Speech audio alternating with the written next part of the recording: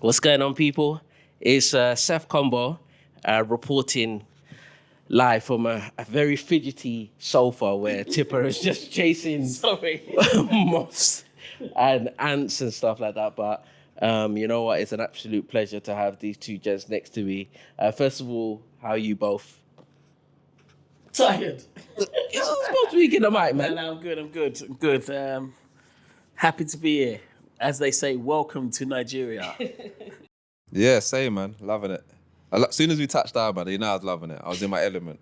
Yeah, it's been an absolute vibe since we've been here. I mean, we've just been able to see a small pocket of Victoria Island. But today I just wanted to kind of just speak to you both briefly about, what's happening in the last, I don't know, 18 months or so and how you felt about music in general, what you're kind of up to these days, and just generally how you're feeling about the future, whether it be yourselves or the current music state, and yeah, just kind of get into just a small conversation about what's happening current.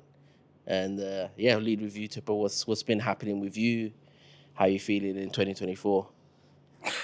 What's been happening with me? I'm busy, mad busy.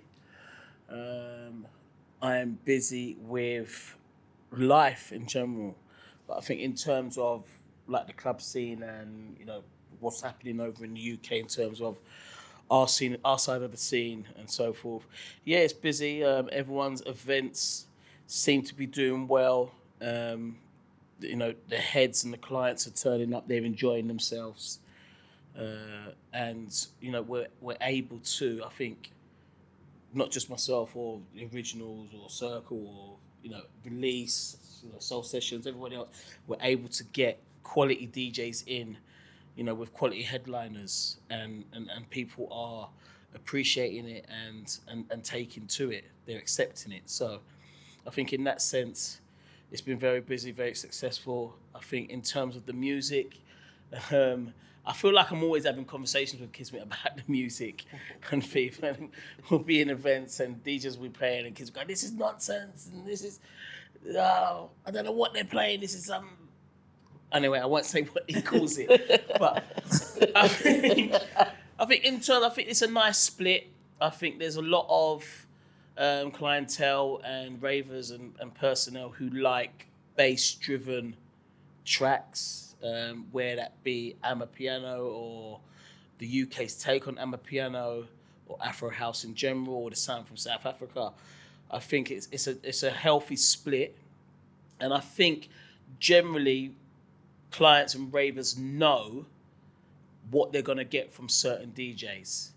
So they will turn up to certain events to hear certain DJs and then know what their style is. They're not turning up and they're standing still or looking in the air or just focusing on their phones and so forth, like how it was in the past or at the start where everyone expected to hear, well, not everyone, but people came to events which played, I don't know, deep house, Afro house, soulful house, and was expecting to hear funky and all of the MC-led tracks. But now I feel like there's now a healthy following of people who like good music overall and are attending the events and enjoying the events and not coming back and slagging them off online or whatnot. Well, unless your event's empty, but slagging them off and so forth. People are actually genuinely enjoying them for what they are. So I think that's a good thing.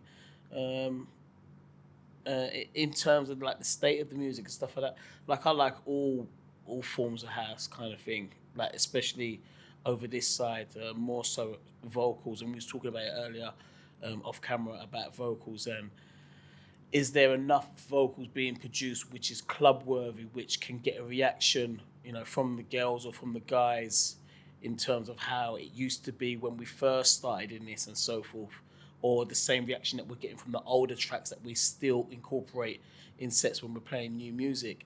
And I think the answer to that is no, but there's scope for it to grow because there is a lot of tracks which are radio worthy, which could be and could get to that level if everyone kind of was searching for those tracks. Right. So that's kind of my take on it anyway, and answers to your questions. And piggybacking off like the the searching of tracks. Kismet today has definitely been searching through tracks. He's had his headphones in this evening. So, like, to you, what have you kind of found in this mixed bag of tracks that you're finding? And to go on his point about the vocals, what's that kind of felt like to you? There's ones and twos in there. There's ones and two tracks. There's one, two. Definitely a few vocals.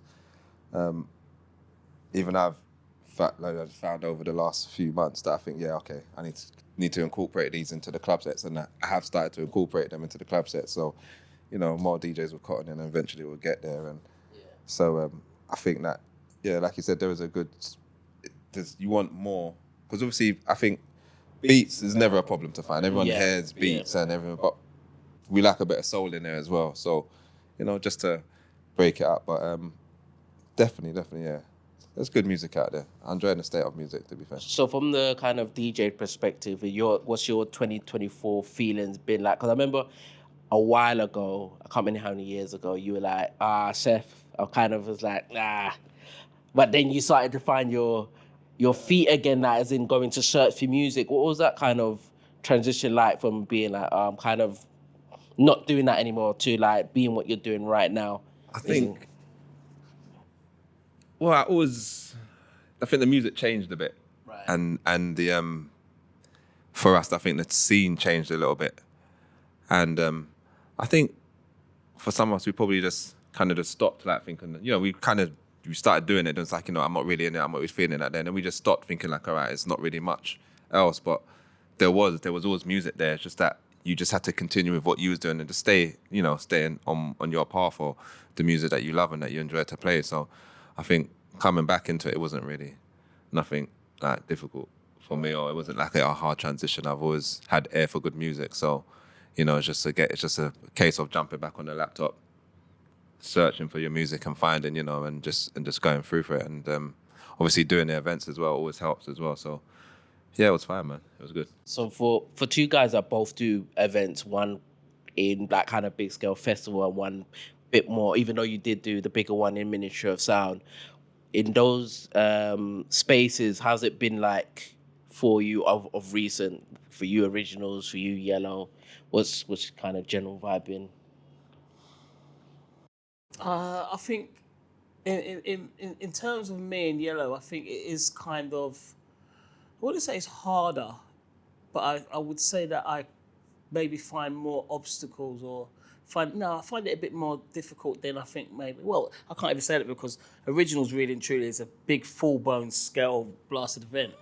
There's going to be 101 headaches. There's going to be headliners being divas and wants this and wants that. So I don't get none of that. I think what I get is because people associate Yellow with me, personally, they want to hear me on the mic, and I necessarily don't want to be on the mic in terms of when it comes to it. I just want to sit back, listen to some music, talk to people, talk to friends, socialise, X, Y, Z, because that's kind of my outlet where I actually go out and get to see who I want to see or who I want to be with or who I do class as friends and we'll have a conversation with. Where else, if I go out and do a booking, I'm really tired. I've just come in from work. I've dealt with the kids. I now need to leave my house, drive to wherever the booking is, do the booking, and then drive back home, shower, go to sleep, wake up in the morning, take the kids to whatever after school curriculum or weekend curriculum thing that they're doing.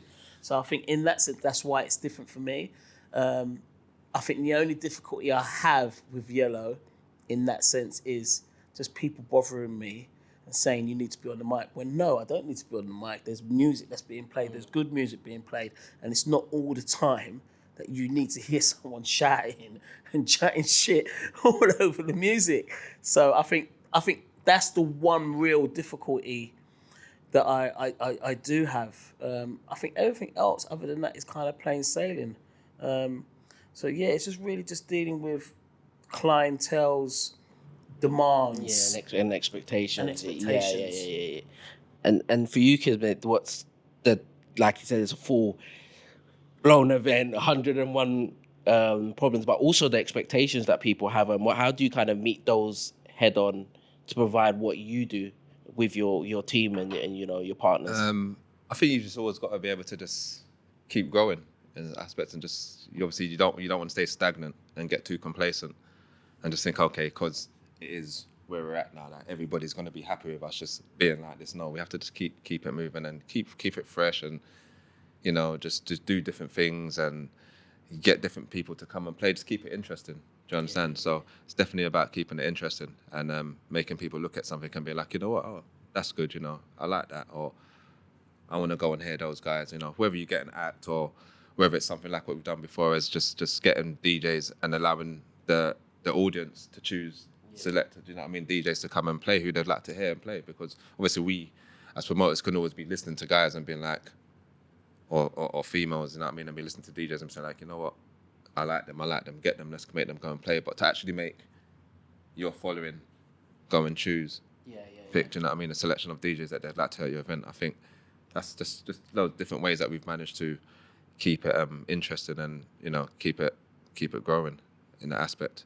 We managed to balance the club nights and the festivals as well, so it's been fun still. Yeah, I think for both of you, it's been a brilliant innings. It's been like, we're watching cricket now, that's why I use the word innings, but like, you guys have definitely done a lot in the scene, which has been amazing. And like, I'm even going to give you flowers now, because what you've done with Yellow has been amazing, and keeping that kind of very underground and core kind of, what would you call it, like authentic type of music going. And with originals, you, like you said, you've tried to evolve and give a platform for like a bigger audience to see in open air. So I think they both complement each other. Like, you can supplement in a certain space and you supplement in a certain space. And we're here in Lagos, 15 years since Til Two started, and almost 14 since you guys first came and played for me, which was an amazing moment.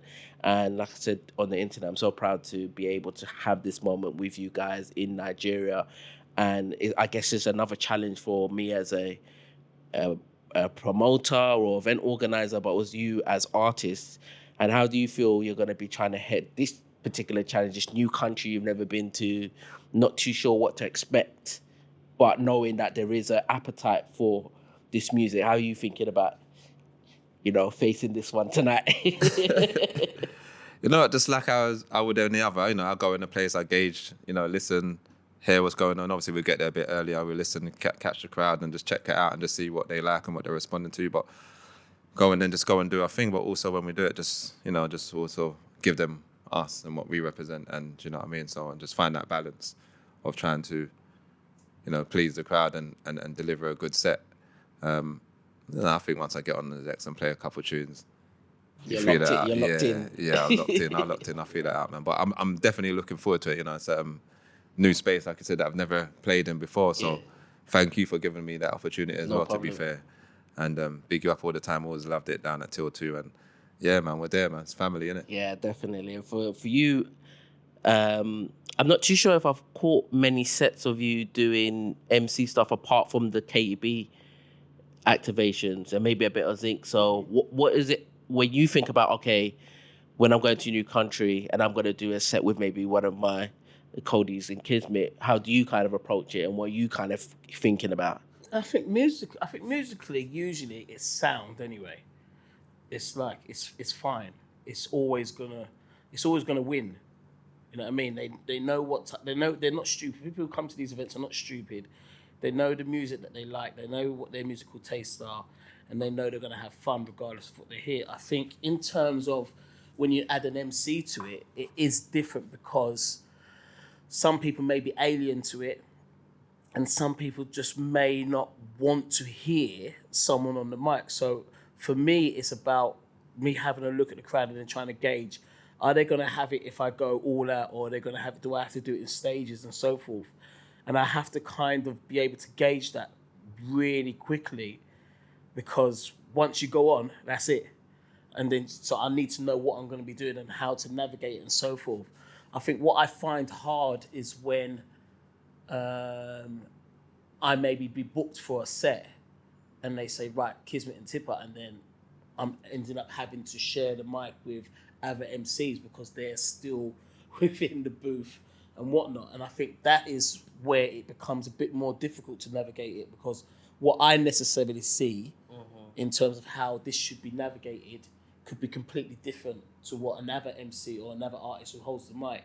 So where they're trying to take it, when they've actually got their little piece of time on the mic, to where I might take it, it sometimes clashes, and then you do kind of get sets when they go down and they go up and they go down and they go up, and then there's like kind of no consistency. Yeah. So even the crowd don't know what they're going to be getting. Yeah. Whereas I think if you start a set and you start it how you mean to go on, or how you mean, you know, for it to navigate or to be how you want to narrate it, I think like within the first 5-10 minutes, you need to know, or I need to know how I'm going to do this so I can test the waters. Or, you know what I mean? It all depends though. But I think coming to a place like this, I would start off nice and calm, you know what I mean? And try to ease people into it to get used to actually hearing someone trying to complement the music. Right, yeah, for sure. So I think that's how I would approach it.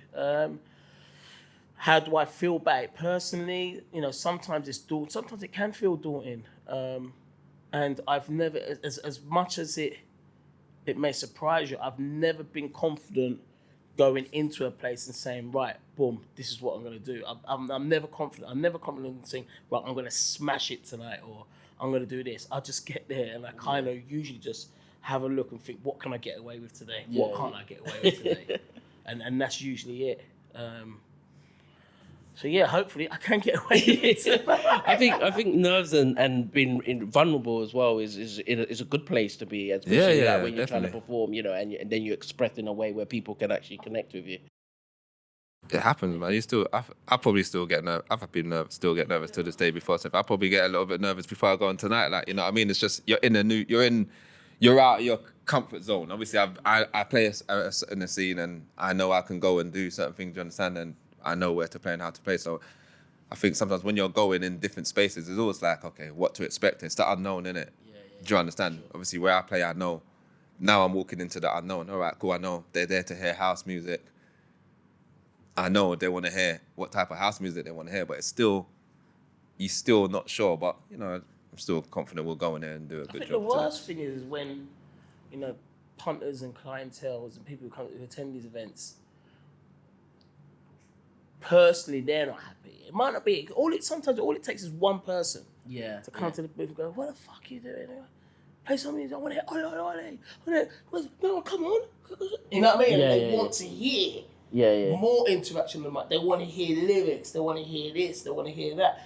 So some people understand. Some people don't understand. Some people just, you know what I mean? I've come out for a good night. I want to hear something. Because I might, come on, look, yeah, come on, like, you know what I mean? Yeah, I'm up. And then sometimes, and I look around and think, it doesn't need that. Right now. Yeah. But then that same person will be there all night, saying the same thing over and over again. And there's so many times, maybe I shouldn't even say it, but there's so many times where I've got the mic, I just want to conk it. Like, piss off. Just let me do what I'm doing. The promoters paid me to come and do something. You paid your money. You saw the lineup. You paid your money. Fuck off and go and dance. Enjoy yourself. Oh, I think that's probably the best way to kind of close up on this. Again, thank you guys for making this trip. You know, I know there was things that were needed to be done back home, but you've taken your time to come up here, and I'm forever thankful. This is a momentous moment, I think, for the whole entire scene, for us to perform in another country. So we're gonna, you know, grab this opportunity with both hands, and we're gonna move and have an amazing night. Listen, thank you for you know what I mean? Like Kismet said it. Thank you for inviting us to Nigeria. Thank you for the first booking 14 years ago. And I remember it to this day like it was yesterday. And Journey's been incredible, man. Yeah, Journey's been incredible. To be fair, like when kids said, "Oh, he's booked us for this," I go, he's like a university DJ, and he booked these. So I've gone, and I tell you now, I was not expecting what I saw when I walked in there, and I wasn't expecting people to know about like kind of what we did and the reaction that we did. So that was kind of a testament to yourself, that how you set the event up and told people that these are the people who are coming and this is how you want the event to run.